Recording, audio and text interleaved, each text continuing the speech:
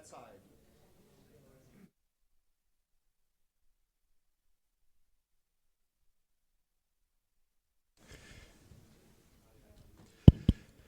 Excellent. So, welcome to Bruegel, everyone. Welcome to this panel on EU taxation for competitiveness. I'm Jeremy Zettelmeier. I'm the director of Bruegel, and I'm, super happy to be here with a really fantastic panel. I say this every time, but this time it's actually true. It's an extra fantastic panel. I mean, seriously, we have you could not select a better panel for this topic. So let me quickly introduce them. You'll see why. So we have, they are arranged in the order in which they will speak, which is why we have this sort of odd male bench there, but overlook that, please. So to my left is Fabrizia Lapercorella, who is Deputy Secretary General of the OECD, and she was previously Director General of Finance in the Italian Ministry for Economic and Finance until late 2022, where she was responsible for tax policy. Then we have Pascal Saint-Amand, who is a Bruegel non-resident senior fellow and has various other very interesting gigs, which I won't get into. And he was importantly director of the Center for Tax Policy and Administration at the OECD from 2012 until 2022, where he was sort of really instrumental in forging the tax deals, the multilateral tax deals, originally on base erosion and profit shifting, and then the so-called Pillar 1 and Pillar 2 deals, which we all would have thought 20 years ago would be impossible. But, he did it. He wasn't the only one who did it, but he has an important responsibility for that. And he is also the author of a recent Bruegel policy brief on broader border taxes, a new option for European Union budget resources. We had Edwin Fischer, who is Deputy Global Tax Policy Leader and EMEA Tax Policy Leader at PwC, and he's been doing that since 2015. And previously, he sort of dabbled in the same circles as Pascal. He was Deputy Director General for Tax and Customs Policy and Legislation at the Ministry of Finance of the Netherlands, and he was a member of the Committee on Fiscal Affairs of the OECD and a co-chair of the OECD Task Force on Tax and Development. So a lot of OECD stuff going on here. And then we have, last not least, Gerasimos Thomas, who is Director General for Taxation and Customs Union at the European Commission and previously has a very long and distinguished Commission career. Now, the subject basically straddles two topics. And so I'm going to take sort of the unusual step. I rarely do this of introducing the subject and not just the speakers. And partly I want to do that because it's quite an arcane subject, and I don't actually trust the speakers to give you the background. They have been living in this world for too long. I have not, right? I'm a completely newcomer, and I may misunderstand it, but I was forced to learn a bit about it. So basically the subject straddles two themes. One is so-called own resources for the EU budget, and the other one is the subject of EU tax efficiency. Now, what are own resources for the EU budget? So most of you know it, but for those that don't, let me just run it down. It's basically the revenue items that flow into the EU budget and that are individually specified in a legal text called the own resources decision, a decision that needs to be adopted with unanimity.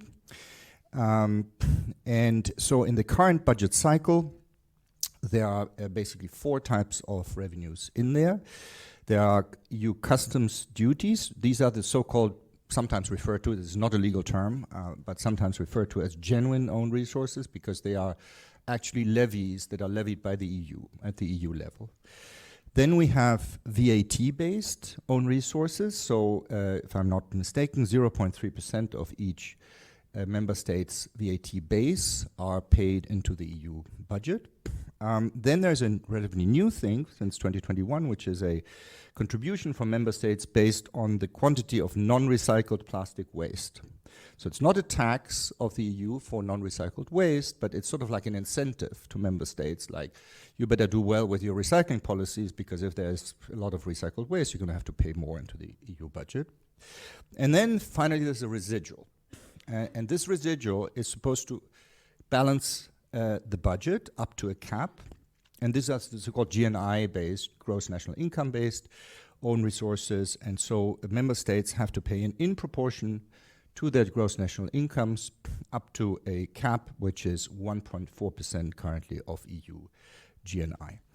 Now, it turns out Commission and Parliament, and maybe also sort of we Brussels people, we don't really like these GNI and VAT-based contributions. We prefer these genuine own resources because the GNI and VAT stuff that can be assigned to individual member states, and so it lends itself to this sort of how much are we getting out from the EU budget on a net basis type of thinking, right?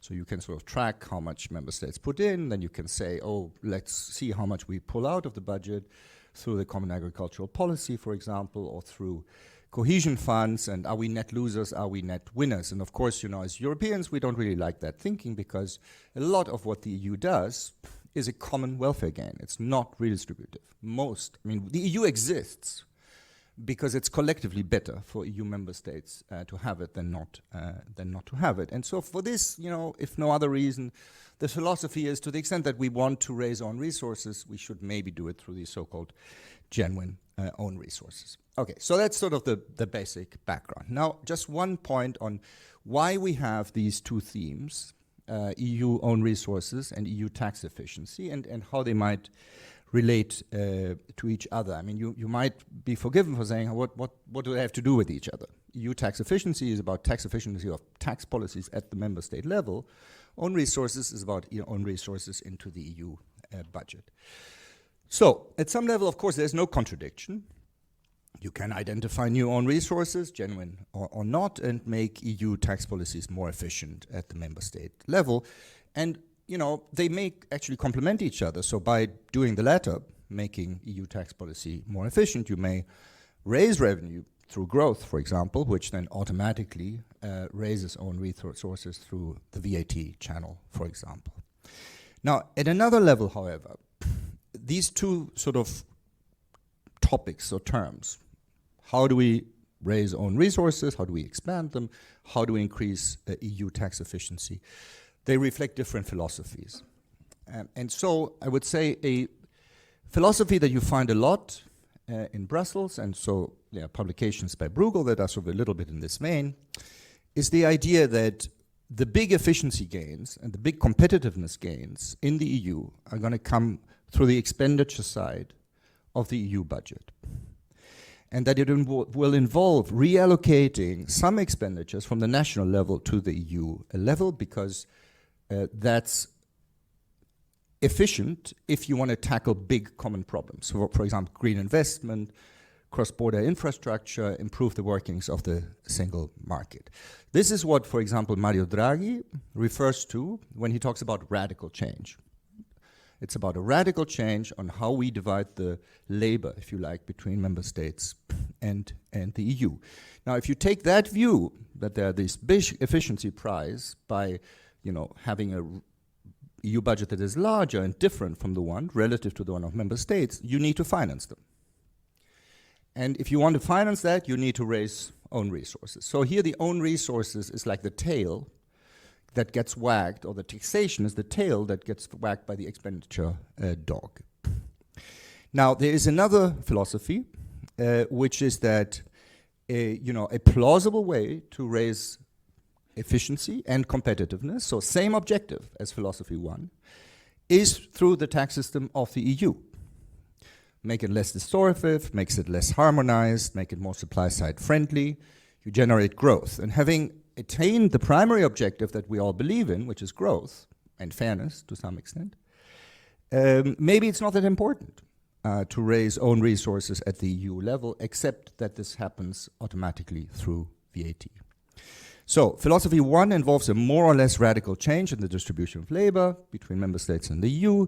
Philosophy two does not, but the jury is out on which philosophy is more effective at actually promoting competitiveness. And again, the two philosophies are not inconsistent. You can do both.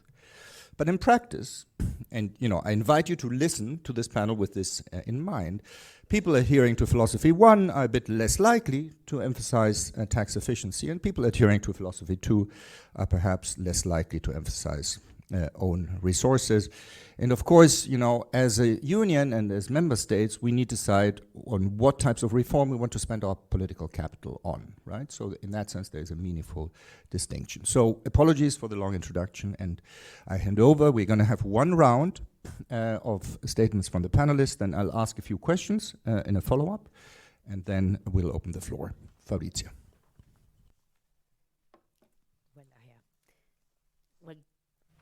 Good morning to you all, and thank you very much, Jeroen, for this invitation. It's great to be here with this group of.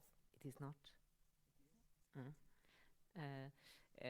With this group of dear and old friends, and it's a wonderful opportunity for sharing with you the view and the thinking at the OECD about. This key EU issues. Now let me start from the first question, the funding of the EU budget and the own resource question. And on the funding on the EU budget, that as you very eloquently explained, at this time is a key priority. I would say that the view of the OECD is that the own resource question is central, but indeed maybe a combination of initiatives would be required. So sure, new revenue sources are needed, but also maybe a revision or a reallocation in an efficient way of the EU spending, as well as maybe with allowing also for a possible increased contribution through. And I'm touching on a topic that is. It is terrible at EU level, a revision of the rebate system, and I will tell you about that in a second. Starting with the new resources, the two Commission's proposals that are on the table that unfortunately have not yet been agreed by the Council at the December 2021 proposal on the next generation of own resources for the EU budget, and the June 23 proposal on the second basket of new own resources. These proposals include new sources of revenue for the budget, 30% of revenues from the emission trading schemes, 75% of revenues from the carbon border adjustment mechanism, and indicate the willingness of securing to the EU budget a portion of the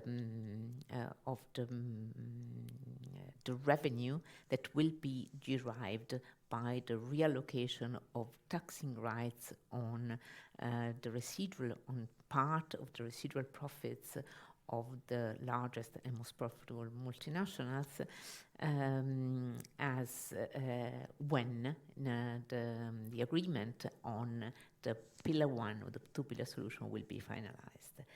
In addition, the two proposals together, because they are now together, the second proposal, the June 2023, fed into the first one, so they have been discussed, as one in Council. Then there is the proposal of a new temporary statistical based on resources on company profits. The temporary, because this proposal was advanced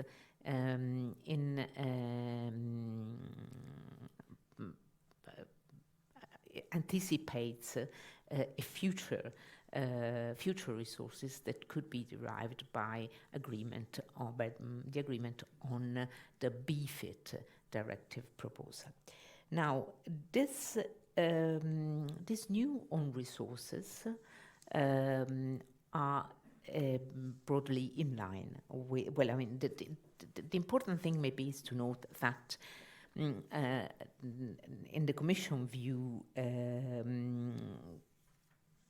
these new own resources have been introduced in a principled way with the objective of reducing the weight of the GNI based on resources for the reasons that Jeremy just explained, with the view of supporting the EU priorities and doing that through new own resources designed in a way that can bring additional benefits alongside providing additional revenue. And finally, I mean, the Commission made it clear that the objective is to make the own resources diversified, resilient, and directly related to EU competencies, objectives, and priorities.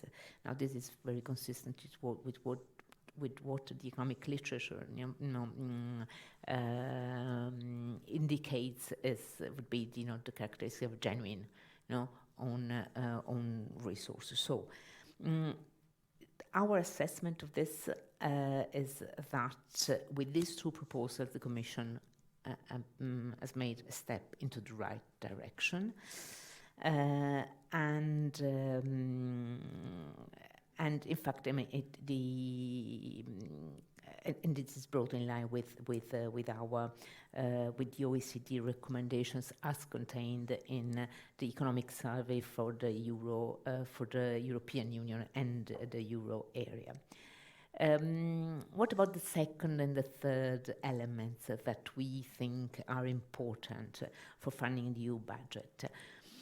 The revision of reallocation of spending. You, Jeremy mentioned two key, expenditure items in the EU budget. This is the expenditure for the cohesion policies and expenditure for agriculture. And both of these things would require, serious thinking.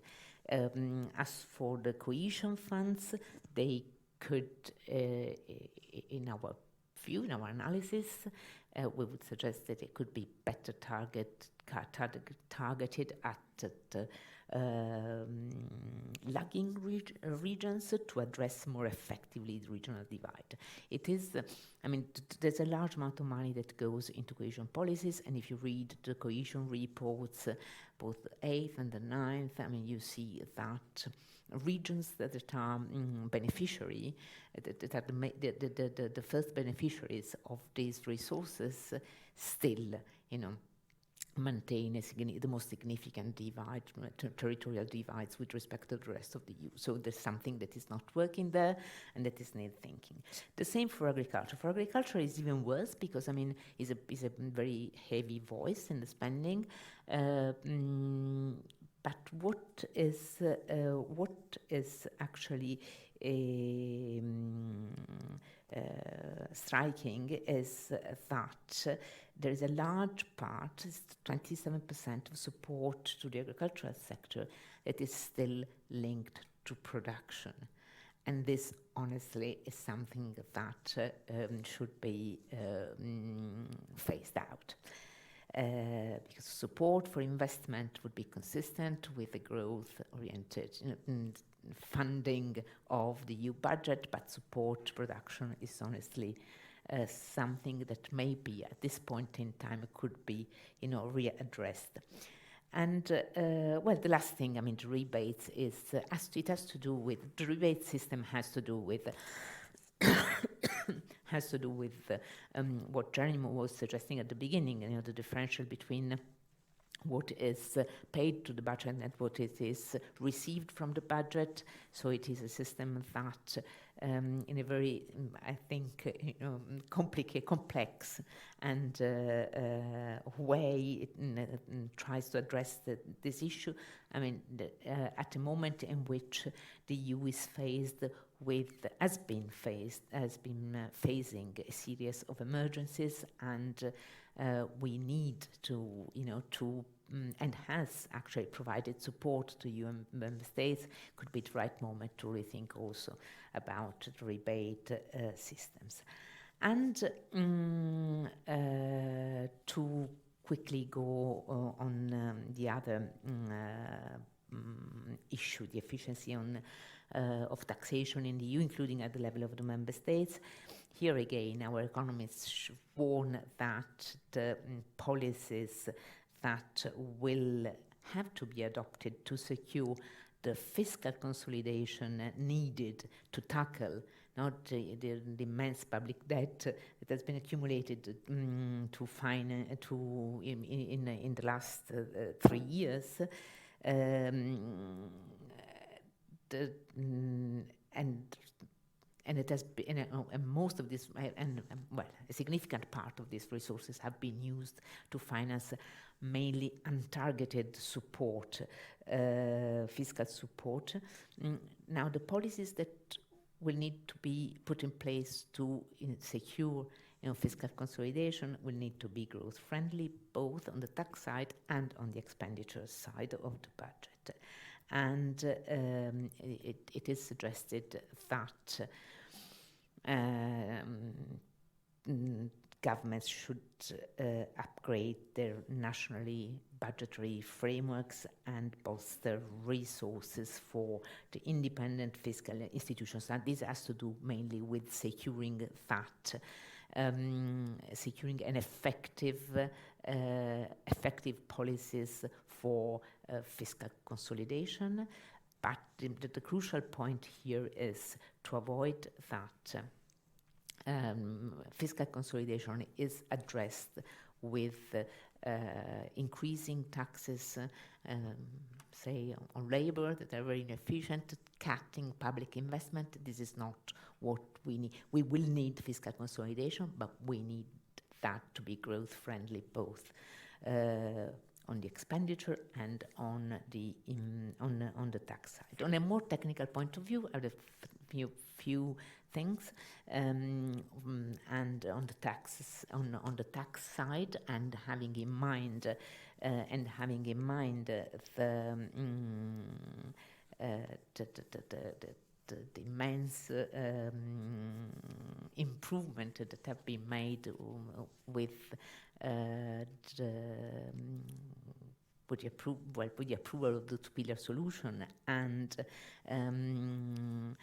in Europe with the directive that has introduced the global minimum tax, there are basically a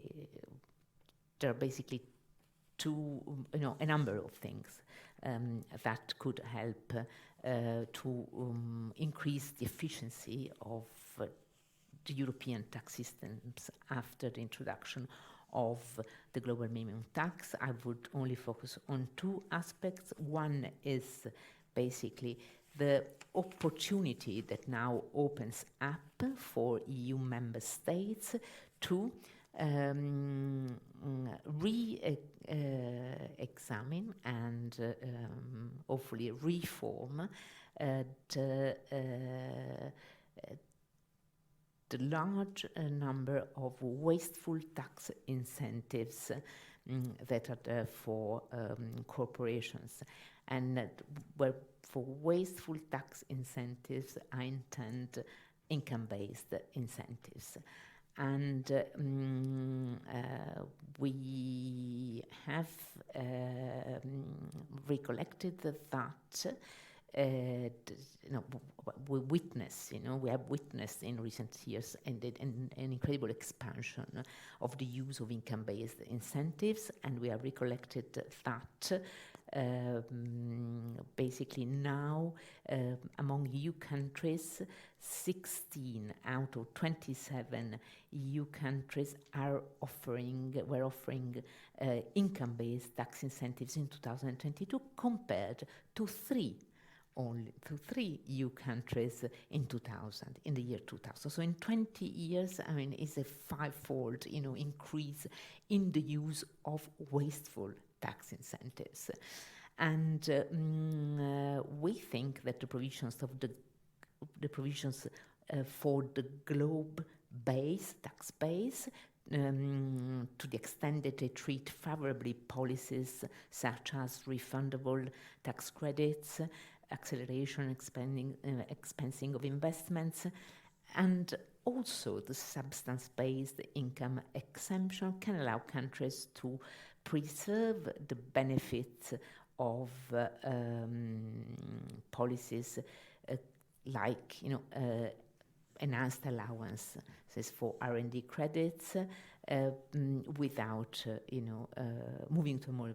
Another element, and I finish with that, is obviously the opportunities that we have to simplify the systems is something that the OECD has been suggesting in all the reports on international tax reforms delivered to G7 ministers since 2022, where we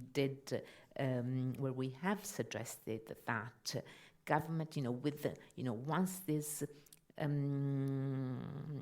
key transformational tax reform has been introduced, governments should conduct impact assessments to determine whether existing rules and obligations are no longer needed, would need to be refocused, revised, simplified, standardized. And this actually can improve the efficiency very, very much. Thank you. Super. Wow. Got it. I switched off. That was a lot.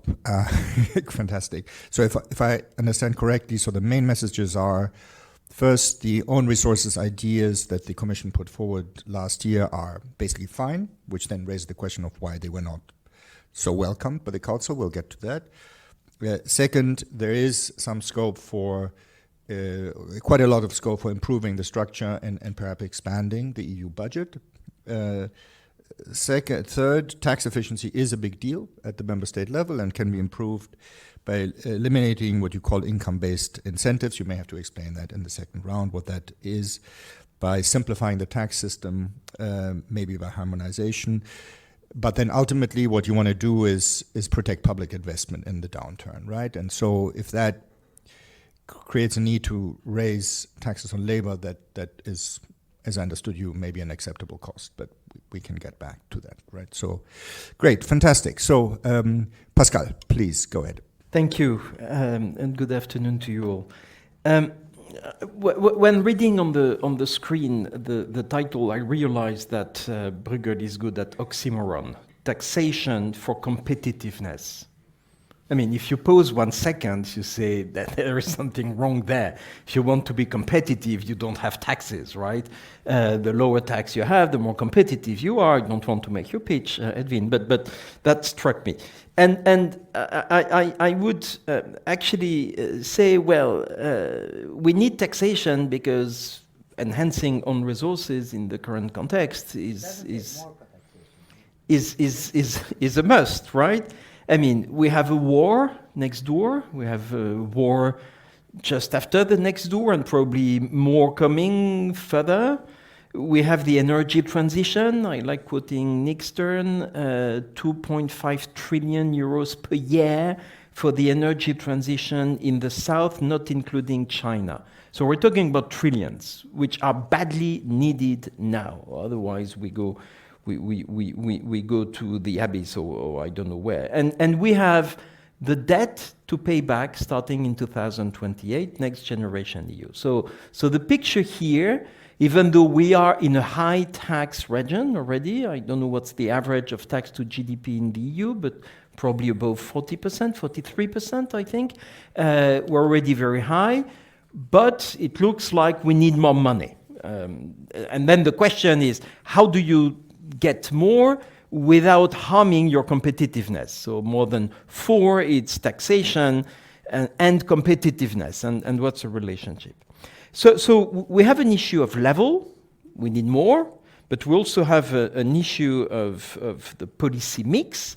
What's the right policy mix to limit economic damages, or actually to find ways of improving the competitiveness, including through higher taxes. And then to make things complicated, because we're in Europe and by definition it has to be complicated, you have the national level, what's the right policy mix at the national level, but what's the right policy mix at the EU level? And that brings us back to the own resources.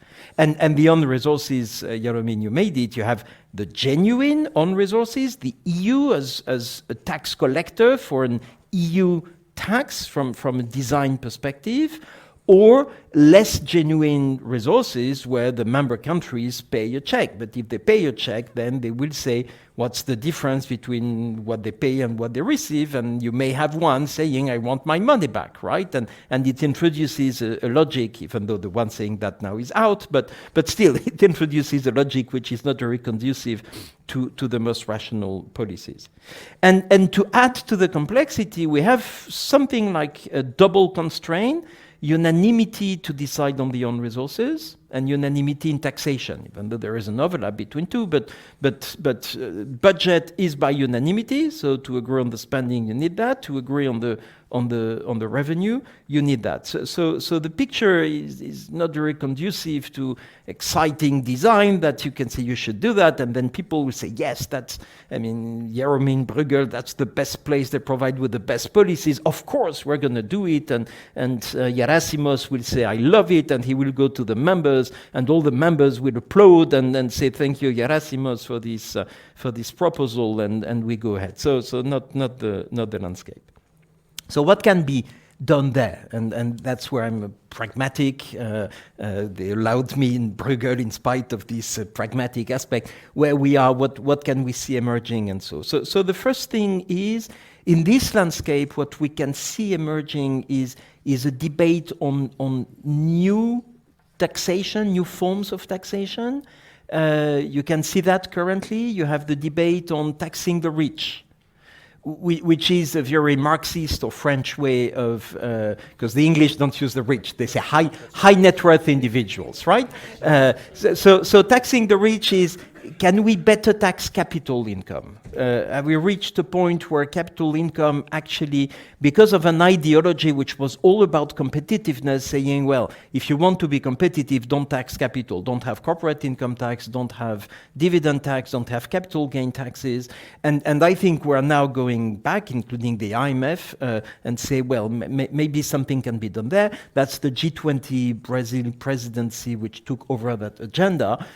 Don't know where it's going, but it's there, and we need to talk about that. Capital taxation, you can go from taxing the rich to a more modest but maybe more pragmatic way of, shouldn't we regulate the way the rich are offered some preferential regimes here and there, and what could be tax policy, a good tax policy in that field. Another one which is back, and that's linked to climate change, addressing climate change, is aviation taxation. Kerosene for international flights, because of the Chicago Convention that you know, is exempt. So you have 2% of carbon emissions, zero taxation. Isn't it a problem? Shouldn't you introduce some carbon taxation to change the relative prices so that you would take the train to go from Paris to Biarritz, I take a random example, instead of flying, right? I still fly, which is bad, but maybe a price signal would be useful. And shipping taxation is in the same. We're talking about 4% of the emissions of the shipping industry.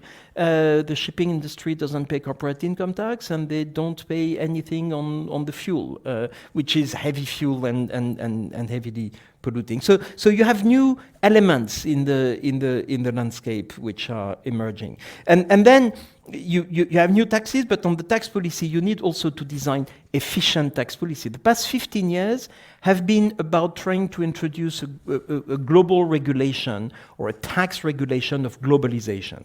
right? By putting anti-abuse provisions, by organizing tax cooperation, by putting in place a global minimum tax. And this is complex by definition. Tax is complex and has to be complex, but when you bring 140 countries together, it's even more complex. And the EU directive trying to draw on that is extremely good, but complex. So how do you address this complexity? And how do you leverage on the fact that you can contradict the move that Fabrizia was describing with countries providing tax exemptions everywhere. And narrow-minded tax people like me, we were taught that if you want an efficient tax, you need a low rate and a broad base, right? So if you eliminate wasteful tax incentives, actually you can improve the competitiveness without necessarily reducing the amount of tax which is collected, but by putting an end to the to these discrepancies which are not conducive to an efficient competition. So against that background, where are we on the own resources and what's next quickly? Well, Fabrizia described the proposal, and the proposal on the own resources, which is linked to the payment of the debt, the payment back of the debt on Next Generation EU, looks at where the money is. And the money, where is the money today? I mean, if you have to collect money, where is it? Consumption? Well, Europe is pretty good at collecting VAT, so I'm not sure there is a lot of room for maneuver there. There is room for maneuver in the US. You know, at some point, maybe one day, the US will have to pay its debt back. Maybe the day when the Chinese stop buying the bonds or whatever. But the US will have to do something. That's where the money is, consumption. They don't have VAT. And then, what do you have? Carbon. And that's where you may do something, and that's where the EU is doing something, not via tax because of unanimity, but via the emission trading system. 1, 2, CBAM, that's where the money is. That's where the Commission, rightfully so, proposes to take 30% of ETS, 75% of CBAM. We'll see with Gerasimos whether CBAM actually brings money. The goal of CBAM is not to bring money, but to decarbonize the world. But the ETS, that's where the money is, and it should be taken. So that makes a lot of sense. VAT, we're there. We can always increase the VAT contribution, but it's not a genuine contribution. While taxing carbon, it's an EU policy. And it can be collected by the EU, especially the CBAM. On corporate income tax, is there room for maneuver? Probably yes. I regret that the EU Commission didn't look at Pillar 2. Pillar 2 is the global minimum tax. With the global minimum tax, you have something which is interesting, that if the US doesn't implement the global minimum tax, then Europe will. It's a cross-border thing. It's kind of a genuine own resource for Europe. Rather than leaving it in Ireland or elsewhere, you would do it at the global level. It didn't happen, but that makes me think that there may be something to do to make Europe as an international tax player, which could look at external borders, where you could say, well, what goes out, we take a levy. What comes in, we may take a levy if it was under tax. That's the same logic of the CBAM, which would give a leading role to Europe on international taxation, which has not been the case. Europe had to follow the OECD because of leveling the playing field, and Luxembourg or others saying we don't do anything in Europe unless Switzerland does, and you had to bring all the countries. So Europe has taken advantage of the progress, the global progress, but maybe now is the time where Europe could actually take the lead. Among the proposal for the own resources, you have a contribution of P1, which is this global deal to reallocate taxing rights. I don't know where P1 is. I'm no longer in charge, happily. It may not be delivered. If it is delivered, it will not be ratified. So I'm not sure the 15% that the EU would collect will bring anything anytime soon. And that's where the EU Commission did a fantastic job, I believe, by proposing a proxy to a harmonized tax base in Europe. CCCTB did not work. There is BFIT, which may take time because the EU countries are sovereign. They don't want to give up these, and they go against the common sense, which would be to harmonize the tax base. And there is a proxy for the own resources, which is the profits made. I mean, it's a statistically based own resource which is a proxy of a harmonized tax base, which I believe is a good idea.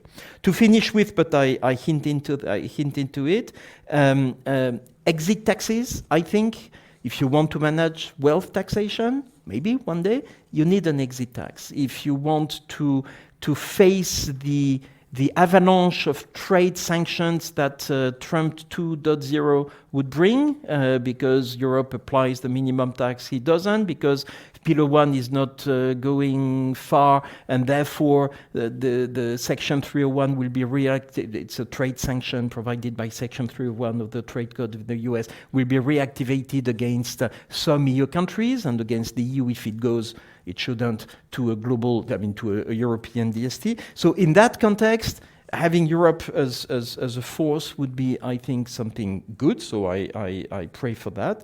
And finally, and importantly, simplification. I think if you're able to better build something in Europe, then you can provide the right incentives, the right simplification, which is needed for the competitiveness. And now that after 15 years, I conclude with that, we've introduced a regulation of globalization, the tax regulation of globalization, we may be slightly more relaxed and provide for more simplification, more taxpayers-friendly tax policies. But I know the Commission has already started this with a faster directive recently approved.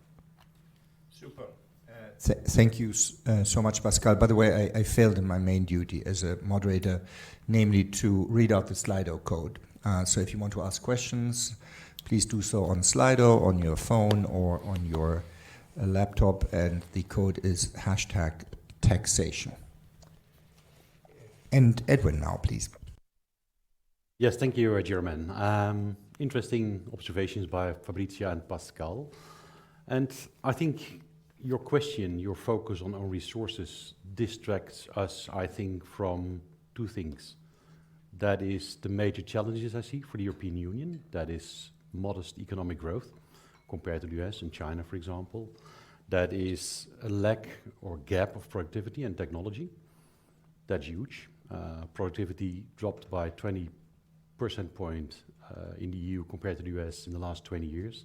We have a huge technology gap. There's a high reliance on public funding, hence the discussion on own resources, I think, but less focus maybe on private funding. And maybe that ties back to the Franco-German roadmap on the Capital Markets Union. And what we see is a shrinking and aging population, where we see that the GDP per capita did increase only half of the increase of the US, for example. So we're lagging behind. That was the title of a lecture of Isabel Schnabel of the Central Bank, Europe becoming a laggard instead of a leader. And I see the challenges that Pascal described. We need more public goods, more public funding, probably. We have a war, we see an increasing and aging population, we see the green transition requiring enormous funds, the digital transition requires enormous funds. We see the ambition of the EU to be more autonomous from a strategic perspective on healthcare, defense, chips industry. That requires a rethink. So all these issues, I think, should be discussed first before we move to own resources. And before we move to own resources, there's something to discuss about current tax policies. I think Pascal mentioned a few. Our current tax policies pro-growth friendly enough? Can we do better? Can we do better in terms of cost-benefit analysis? And I don't, challenge the focus on anti-avoidance of the last 15 years. But I think it's time for a reset to get the system in balance again. And I like what you said about simplification, Fabrizia and Pascal. But the principle of simplicity should maybe have been more top of mind when designing Pillar 2, because it's too complex. And I'm pretty sure we estimate quite high budgetary revenues, but it's all based on behavioral expectations of companies and countries, quite difficult to predict. And the administrative costs and compliance costs are huge. So that's a point for attention going forward, I would say. Before we go to own resources, there's something to do about tax harmonization. I also refer to reports of Jost Heckermeier for the European Parliament. He observes that, when we introduce legislation, and that's not critic, Gerasimus, but that's an observation, we design minimum standards. So what we see, in fact, by ATAD, for example, that all countries of the EU implement their own variation of the earning stripping. So we have 27 earning stripping rules. So more tax harmonization, and that's also what Nicoletta said, is something that could increase, I think, the functioning of the internal market of the European Union, could lead to less friction and to less fragmentation from a tax perspective. So that's second. More pro-growth tax policies, more tax harmonization. And there's something, I think, also to be discussed on the taxation mix, and that's difficult because the Commission has little competence on that. But when you look at the European Union, we're highly dependent on labor taxes, about 51% of the taxation mix, while the population is aging and shrinking, so that is not sustainable. We have a discussion, often we see that the balance between labor taxes and capital taxes is skewed.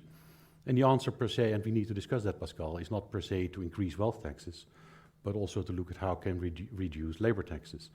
And the answer in that is also what you said, and I agree with that, Pascal, is give more weight to green taxes in the taxation mix. Tax the polluter, I think, and give that back by reducing labor taxes. And that's in fact the thinking of the X-Tax project, quite well known, I think, also to you, Grasimos. And I think that route has to be discussed first before we move to own resources. And I see the political need that we have to have own resources, because that was part of the political agreement in Next Generation EU. So I think these are the points I want to make right now, also being mindful of time. And of course, we need to discuss the structure of the VAT, I think. You know, it's complex with the 2 or 3 rates. VATs with a different base and a lower rate are far more efficient. And there are trade-offs. There are trade-offs also when you raise more green taxes, trade-offs for lower income households. But they have to be compensated, but we know how to do that, via allowances, via the tax system, etc. So I think simplification, different taxation mix are very important discussions to be had. And of course, own resources are also important, you know, but these other issues should not be forgotten in the focus I think we should have on tax policies going forward. Thanks. Very good. Thank you, Edwin. And you have the last word in the first round. Gerasimos Thomas. Thank you. Well, I think most of the points I wanted to make have been made.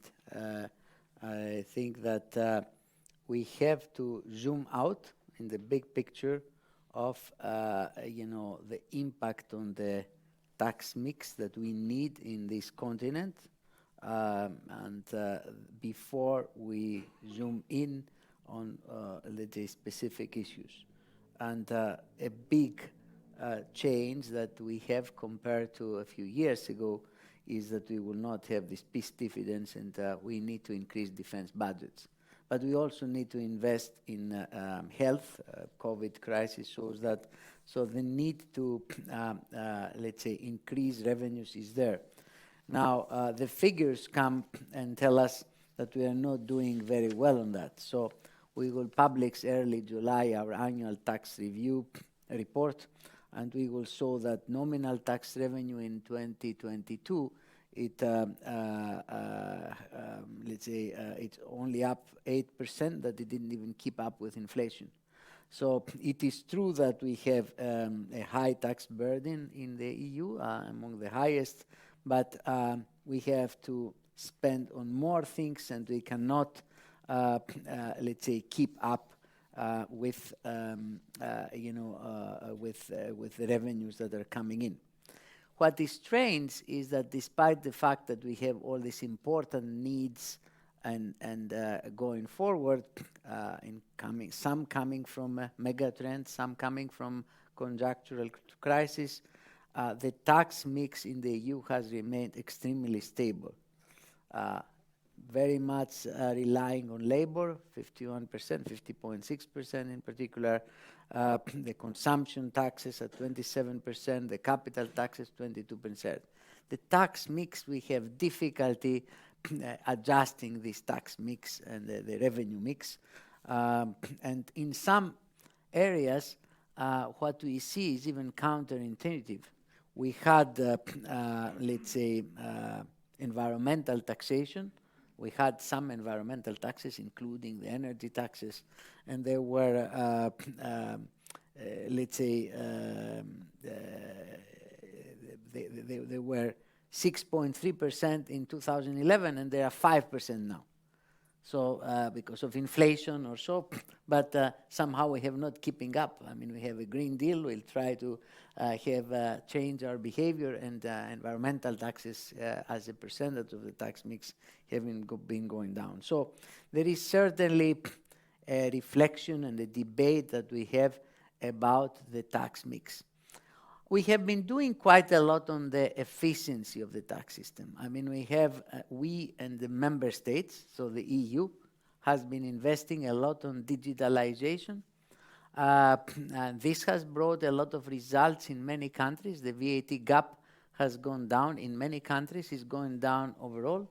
And using the technology as a way to reduce the gap in taxation has worked. We will see if it is enough to go all the way down. In our view, at some states, the dividends from simply introducing technology to facilitate collection and identifying fraud and making the system more business-friendly has limits, and we have to go back to the process and go to the core of the tax system to see if it becomes more efficient. But we have been riding a wave of efficiencies on the back of digitalization. And I think when it comes to simplification and efficiency, we have been working in some areas. I believe our proposal on VAT in digital aids, it will provide significant simplification. One VAT tax number for the whole of Europe. So not in one VAT number in every country, but one for the whole of Europe, e-invoicing, harmonize the invoicing across the borders. So these are more structural measures. We have not been digitizing the old procedures, but we have actually been changing the procedures to give them a truly European dimension. And I think, I hope it is adopted in June. It is in the ECOFIN Council, but this is an example, of the policy that brings us beyond digitalization, because we will have one VAT number and not just 27 tax systems talking to each other to do this. I think the same we try to do in the area of corporate taxation with the BIFID proposal. I think we have to wait a little bit until all the effects and the nitty-gritty of the Pillar 2 system settles down in order to make it well and to make it decide exactly what the companies need. But certainly a simplification of the tax system, it's a very important gradient of the, let's say, increase of the tax efficiency. I would go back to the issue of the own resources now. It's my role, probably, even if it's formally, it is the role of DG Budget. We design tax proposals, and then they decide who takes what. I think let's move on the positive issues. The own resources, first of all, exist from the very, very beginning. When the union was created, customs duties are traditional own resources. They are not, genuine, they are traditional, because they were there from the very beginning. From the very beginning, in fact, the traditional own resources were a bigger percentage of the budget than this GNI-based. But so we have traditional own resources. We have this part of the VAT, which for some reason, if you would think it might be the simpler one, you say we have 0.3, why don't we make 1%? And we have new ideas. The main reason we are asked to have new ideas is because the average, the first thought when you need new money is to go like Danny DeVito, other people's money. We are trying to find other people's money that we are not collecting already. CBAM in the European Council, if you look at when it was decided in July 2020, and in the press conferences in the first years, this is not money that we will pay. This is money coming from abroad. The exporters from other countries will pay. So there is politically, in every new tax, whether it is an EU level or the national level, people are looking to share the burden of the increased taxation with somebody else rather than with their own electorate. I think this is an important in the political economy on the discussions on own resources. I think the good thing that I want to finish with the positive things is that when we have the EU own resources that we have, and I would dare say also the EU resources, own resources that we have proposed so far, they work quite well and they do not distort. I don't see any lack of efficiency between the EU own resources and the national resources.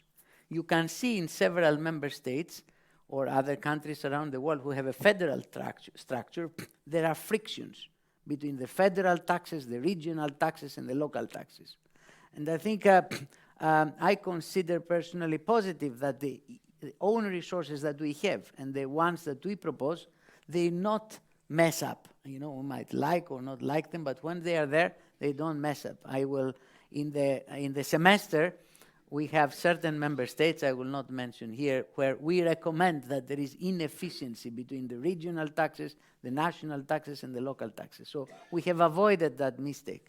I think going forward, I think the ETS is obviously a very consensual own resource, which is, let's say, not much disputed. The carbon border adjustment mechanism is a mechanism that has been designed in a way not to have revenue generation as a primary objective, but over the long term, if there is an extension of scope of programs, they can contribute, let's say, to a certain degree. And then we have Pillar 1, corporate taxation, let's say. We have corporate taxation. Why didn't we choose Pillar 2, just to reply to Pascal? We considered always, and we continue to consider Pillar 2, a one-off adjustment. I mean, once either many countries will introduce Pillar 2, and we have a lot of them around the world, or, you know, we pick up the extra revenue, I think that there will be an adjustment, and therefore, you know, it will be a one-off effect. Even the African countries now introduce Pillar 2. It's good they take off this. So we need the own resources to have a relative stability. So Pillar 2 for us primarily has a one-off, you know, impact, and therefore we didn't propose Pillar 2.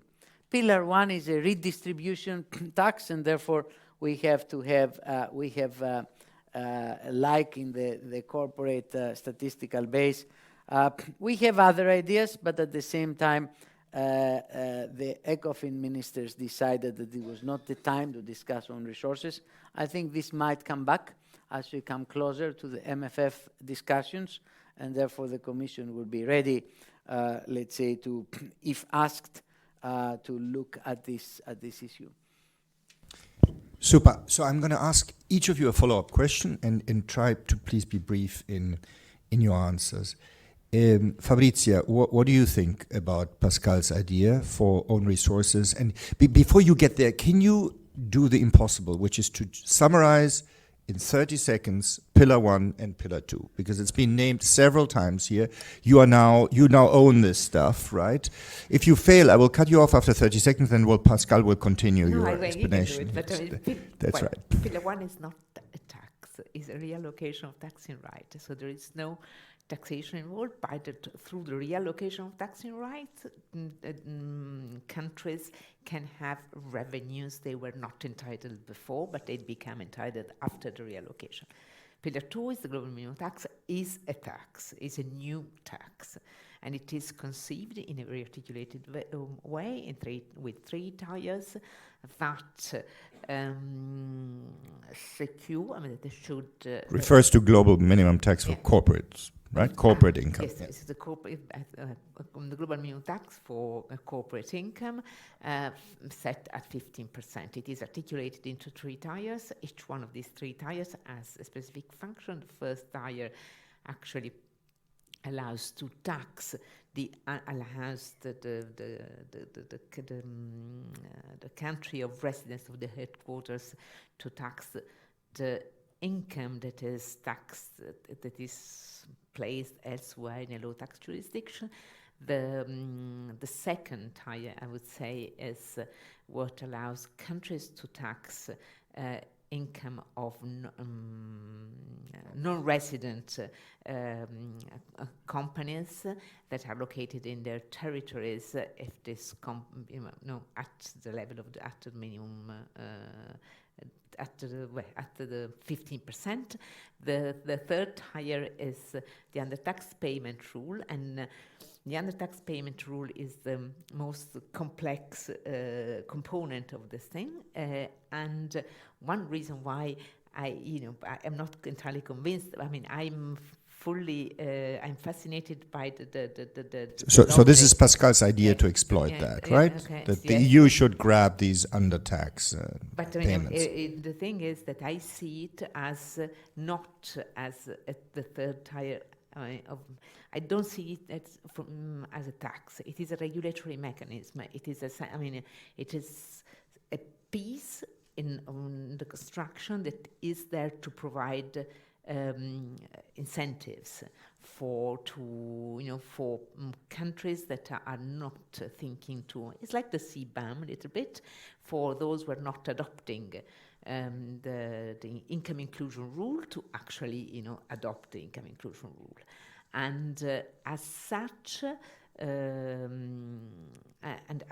I don't. Well, I mean, I am fascinated by his reasoning, but I think in the limit as the same limit of the CBAM. CBAM is a very intelligent mechanism put together to avoid the competitiveness losses that can derive from carbon leakage, and to promote carbon mitigation policies outside the EU. If that works, in the end, the CBAM will not be applicable, because, I mean, if that works, countries will curb their emissions.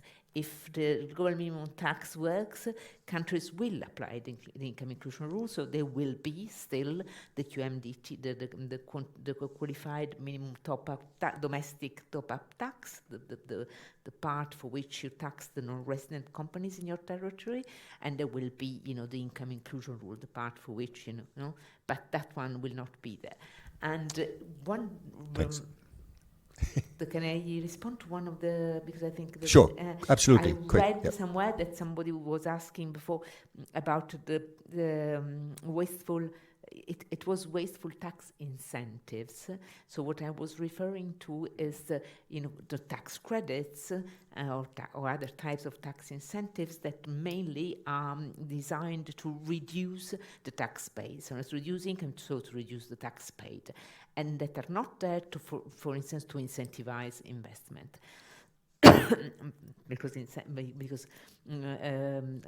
So they are wasteful in that respect. Tax subsidies. Okay. Yeah. Okay, great. Thank you so much. Edwin, two quick questions. First, I don't. It looks like Fabrizio really puts a lot of emphasis on these, wasteful tax incentives as something that we should focus on and root out, and that would actually increase the tax efficiency of the system. I don't think it came up in your list. So what do you think of it? Is this sort of a sideshow? Is it important? And then, as you noticed, Gerasimos tried to take some credit for the fact that the Commission has, in fact, worked on tax efficiency improvements. Can you just say in what sense the Commission has not gone far enough, and what it really should focus on? Yeah, 2 points, important points. I believe in broad-based corporate income taxes with lower rates. They're more efficient and they collect about the same amount of revenue. I think you, Fabrizio, cutting a bit too many corners when saying that all income-based tax incentives are wasteful. They're not. There's some inefficiencies sometimes, but you have to look carefully. And that is, I think, an advantage of Pillar 2. It requires countries to look carefully at their tax incentives. Now we're seeing a subsidy race to the bottom in some countries. That is, I think, the downside of this discussion. And what we see, and I can share the article with you, in many developing countries, but also non-developed countries who have a lot of international investment agreements, those investment agreements sometimes do block, from a legal perspective, to abolish tax incentives. That's a breach of of this international investment agreement, and that's also recognized by the OECD in its report on tax incentives of October 2022. It's observed, and after that it has been ignored by the OECD. So there's a discussion on tax incentives, and the country should always look at tax incentives and tax expenditures, but it's so hard to abolish them. I look, for example, at the Netherlands, where I come from. The government evaluated tax expenditures last year. 21 of them were evaluated negatively, not efficient, not effective, obsolete. It's all kind of tax incentives, and it cost the government 60 billion a year, those 21s. But when you touch the issue, can we start a discussion on abolishing this? Well, there's always a constituency behind every tax expenditure. Getting back to Gerasimos' point, yes, I recognize Gerasimos. Faster is a good example, I think, of having more efficient procedure, also completing, I think, the Capital Markets Union, an important step. There's more to be done, I think, but this, from a tax perspective, a very important step. VIDA, I recognize that too. I think, what I said before, a bit more focus, and that's sometimes troublesome, I think, in the legal structure of decision-taking in the European Union to move towards more tax harmonization. I would really support that. If we have less fragmented rules, less tax obstacles, that improves the internal market and that improves the ease of doing business. That's extremely hard, but I hope, as a follow-up of the evaluation, for example, of the Anti-Tax Avoidance Directive, something of this will come out. Also following up, I think, Enrico Letta's recommendation, but also the observations of Professor Heckermeyers to the European Parliament in this respect. So I'll stop here, having run out of time, gentlemen. Thank you so much. Gerasimos, do you want to react to that? Is there sort of essentially full agreement on the tax efficiency agenda of Edwin with yours? Is the problem merely that it's very difficult to do from a Commission perspective? And more generally, can you just explain what are the actual levers that the Commission has to improve tax incentives? I think it is an iterative process. The more the internal market is growing, and the more we have, that's the positive side of the unfortunate sort of geopolitical context, is that we have a large increase in the supply chains in Europe. More than 50% of companies in Europe, they change their supply chains, and new, let's say, trade in goods and services happens within the EU. So the more, what used to be for national tax administrations, which are incredibly inward-looking.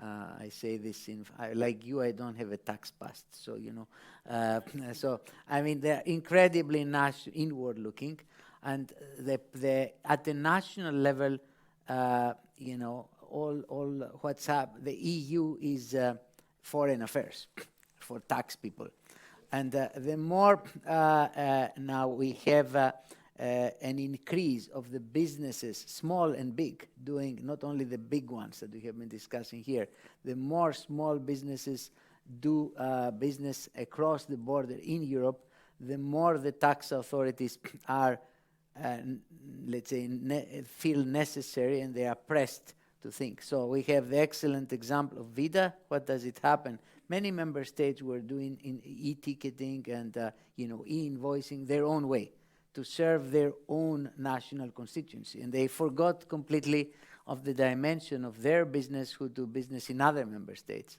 And the volume of this business who do business in other member states has been growing, and this creates a political constituency in the ECOFIN for people to say, I have to take care of this constituency.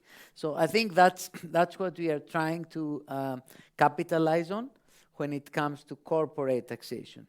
I think at the EU level, and I gave you the zoom out from the tax mix, we cannot only focus on corporate taxation. I think reducing the tax burden of labor is very important for us in the view of very low unemployment, lack of skills, lack of workforce constraints on immigration. So we had limited success, 2% reduction of labor taxation on the part of the tax mix over the last 12 years. So we need really to come up with solutions to that. And I think we need to come with solutions of increasing tax revenue in other areas. At the same time as competitiveness is very clear there on our screen. I think we cannot ignore what the rest of the world is doing. And the rest of the world is doing two things, not one. The developed countries like the US and the UK and others like China is challenging us on competitiveness by having fast depreciation rules, by giving tax incentives, tax credits, instead of giving subsidies like we do. So I think we do need to come with, in the area of corporate taxation, we are reflecting on the tax credits, we are reflecting on the depreciation rules in order to address the issue of, let's say, competitiveness and taxation in an interpretation that would mean less taxation for competitiveness. So there is one interpretation. At the same time, I think in the world, we face another challenge. It was mentioned by Pascal, that, you know, we are obliged to move not only from the pure national level to the EU level, but we are obliged to look at the global level. There is a UN tax convention. Tax policy is discussed not only at the OECD, but also at the UN. It's a reality. The EU 27 did not like it. We voted against it, but we were outvoted in the UN. So there is a process of the UN tax convention that it was decided that it's going forward, while initially the EU was against it. And therefore, we need to increasingly think of this international dimension and find our space between a tradition of looking at a very inward national level and the new challenge that's coming from abroad at an international level. I think this will strengthen the EU hand on taxation and the debate on this. Pascal, I'm going to beg you to hold off until the final round, since we are late. Okay, so a bunch of actually very good questions on Slido. There are also a few ones that are on my screen, but you do not see. I would encourage the panel to look at the ones that are on there to see whether there are some that you want to answer in the final round. This is particularly Rebecca's question to you on the causes, the third one, on the causes of why we've seen more of these income-based tax exemptions. Gerasimos, there's a question for you on other ideas that you might have on own resources. Now, before we do that, let's go to the floor and collect 2 or 3 questions from the floor, and then I may add a few from Slido. Anyone? Go ahead, please, and introduce yourself, please. Thank you very much. Eduardo Traversa, professor for taxation at the University of Louvain. I had a question to all of you as regards the shared tax mechanism is something that we see in all federal states. We know that the number of taxes that are available to collect significant amounts of revenues are limited. We're talking a personal income tax, corporate income tax, VAT, and maybe excise and energy taxes. So that's it. We can have a lot of ideas for smaller taxes, but if you want to have a significant amount that is sent to the European Union, we have to work on some shared tax mechanism. Is there something going on at the OECD or EU level towards that direction? That's my question. Thank you. Anyone else? Okay, so in that case, let me just take one more from Slido. There's a question on, can the proposal for a digital tax be revived as a solution for something? Maybe you want to say something about that, Pascal. There's the question on other ideas, which is on the screen. Would a new ETS own resource really reduce the juste retour logic, or would it make the calculation slightly different by incorporating the ETS distribution key? And then there's an important one, I think. Would phasing out fossil fuel subsidies not be a priority for a fiscal consolidation in line with sustainable development? I think the answer to that is pretty obvious, but it's also hard. So let's go back. Maybe why don't you start, Gerasimos? So anything, you can react to anything you heard. Yeah. Well, I would like to comment on that is coming up on some questions about the stability of tax revenues. It has been a very important concept, of the tax people to have taxes that are sustainable over time. And I think this is very important, but I think this notion has to be modified. I think in the future, over the next 20 years, we will see that the needs of the society and the economy will change so much that certain, let's say, certain taxes will have to change much more often. I think this happens, let's say, in the area of, and I pick up on the, energy taxes. We have now fossil fuel taxes. These fossil fuel taxes and energy taxes, they make about 7% of the tax mix. The less petrol we consume, the less, energy taxes we will have. So we have to come up in this area of green taxation, on energy taxation, we have to come up with the new taxes. So our view, and we have presented it in the tax symposium last year, is that certain parts of the revenue slice, consumption taxes, will always be there. They need to be stable. But within that slice, on the energy taxation, there will be different taxes and they will be modified much more often than in the past. We cannot design today a tax that will last for 30 years. I think we need to accept this. The second issue I would say is that we need to avoid in the search for, and this is a key aspect of discussion in Pillar 1, which is still there, and it might still be open for signature in the July G20 in Brazil. This is, I think Pascal was a bit sort of prejudging that it will not be there, but it is. It has been decided that it will be. There is still work done to have it open for signature in Brazil. But in any case, we cannot avoid completely uncoordinated, neither at international level or at the European level, of tax initiatives that spring up, and they harm the internal market. We have, let's say, sugar taxes. Now, 9 member states, they have sugar or this kind of taxes. They start coming up now very fast, and if everybody does something different, eventually we have a problem for the single market.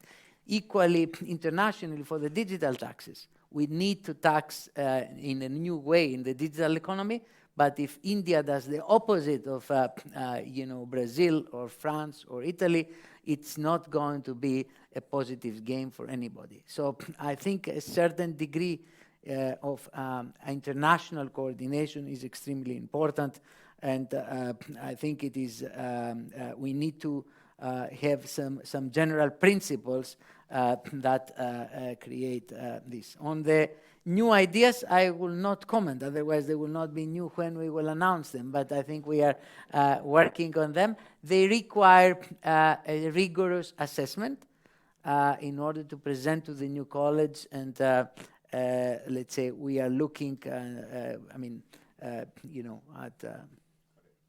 Thank you. Edwin. Very brief on 3 points. Fossil fuel subsidies, yes, they need to be revised, I think, as part of the discussion on the taxation mix. But also it's part of the discussion, I think, on the revision of the energy taxation directive. And of course, some companies need some support to transition to a new business model, I think. So we need to think carefully about that. On the new shared mechanisms, not sure the untaxed profit rule is such a good idea. There are the ramifications, I think, from a trade and political perspectives could be quite significant. I do believe more in new mechanisms. For example, Pascal mentioned the aviation taxation. We're now all inventing the wheel, I think, every country in the European Union. Why not do that together, for example, or shipping taxation, or whatever, green tax? And we have proposed it. Yeah, I know, but you use part of the revenue to reduce labor taxes and to incentivize business to transform to a sustainable way of doing business. Third point is on the digital services taxes. I don't believe in that. It's a very old-fashioned cascading gross turnover tax. It's setting us back with many years. I can imagine that countries are dusting off their ideas, because they're not as optimistic as Gerasimos, I think, on the success of Pillar 1. But I think we need to organize our collective thinking to come up with something better than the digital service tax. Than right. that. For example, in the VAT there might be answers lying there. Right. Important points. Fabrizia? And I think that the last Commission proposal, the proposal on the one that is indicated as a temporary on the gross operating surplus of company profits, I think it is, I cannot see anything wrong with that. In that it is stable. It is Pascal in his policy brief very eloquently, he lists the merits that he has, but then you don't. It doesn't seem you like it very much. I do think it's excellent because, and I don't because I also think it is. A principled on resource, because the reason why, I mean, we have companies generating profits in Europe, in the European Union, and is also because of services that are provided by the European Union too, you know, among these, and for which we don't, I mean, it is the budget that bears the cost. The competition, the functioning, you know, the activities of the DG competition, the work that the Commission does in the field of competition, that it is, for good, is the among the strongest driver for innovation, for growth, for the firm's growth, and the services of justice that are extremely important for all our companies operating. So that magnitude, it is not a tax, but the only fact that there are firms that are companies, European companies that generate profits in the financial and non-financial sector, that these profits can be summed up because they are, you know, it is the sum of the way in which they're captured in national accounts, so it is homogeneous. And the fact that you ask countries to contribute nothing, 0.5% of this magnitude, I wouldn't call base. I mean, it is an economic magnitude. I mean, you ask this. This thing I think is excellent. It is. I mean, it is stable. Can only, you know, increase hopefully. And right. That's it. Okay, Pascal, you have the last word. Maybe start by explaining what that thing is that Fabrizio thinks is a good idea, but very briefly, and then anything else you want to cover. I do think it's a good idea too. So what is a good idea? Oh, one sentence. In one sentence, as BFIT, which is a harmonization of corporate income tax, is the prospect, the outlook is not that great. The EU Commission proposed as a proxy to that to say, let's take a statistic base, which is the profits of companies, but determined statistically and not from a taxman perspective. And let's take a percentage of that. 0.1% would bring 3 billion per year, 0.5, 15, 16 billion. And that's stable, and that rebalances the proposal, because CBAM and ETS would be more on the Eastern European countries, while this one is on the small, rich countries, Luxembourg, Ireland, or the large countries like France and Germany. That's why. Thank you. Any final point? Yes, very quickly, 4 points. Shared tax mechanism. Very good point. The difficulty here, it usually works when it's at the federal level that you decide the policy and then you share. But here it's more bottom-up than top-down because of the difficulty to harmonize. So I guess that's the difficulty. DST, digital service taxes. Good luck, Gerasimos, if you go back to that, because that's a war with the US, a tax war, a trade war. And frankly speaking, these are not good tax policies, because at the end of the day, it's the consumer who will pay, the user. So you say, I'm going to tax the GAFAM, to take the stance of Bruno Le Maire, and at the end, it's the French citizen who will pay. So not a great tax policy, even though it's frustrating that Pillar 1, the redistribution of taxing right, is not happening because the US is not going there. Juste retour, ETS2, it may be a bit cryptic, but that was a question. ETS2, there was kind of an agreement to say that as it's getting closer to the citizen, you'll give the money back to the citizen through social mechanism. So if you allocate it to as a non-resource, if you take 30% of ETS2 and allocate it to on-resource, you lose this earmarking to social spending. And yes, it's an issue. The problem here, it's a more general problem. As soon as you identify a new resource, it's already spent 3 times, right?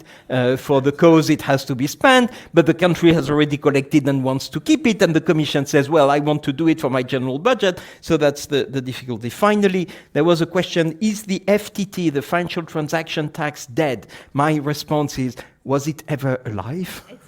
Excellent. Thank you so much. Thank you for indulging us. Sorry for going too long.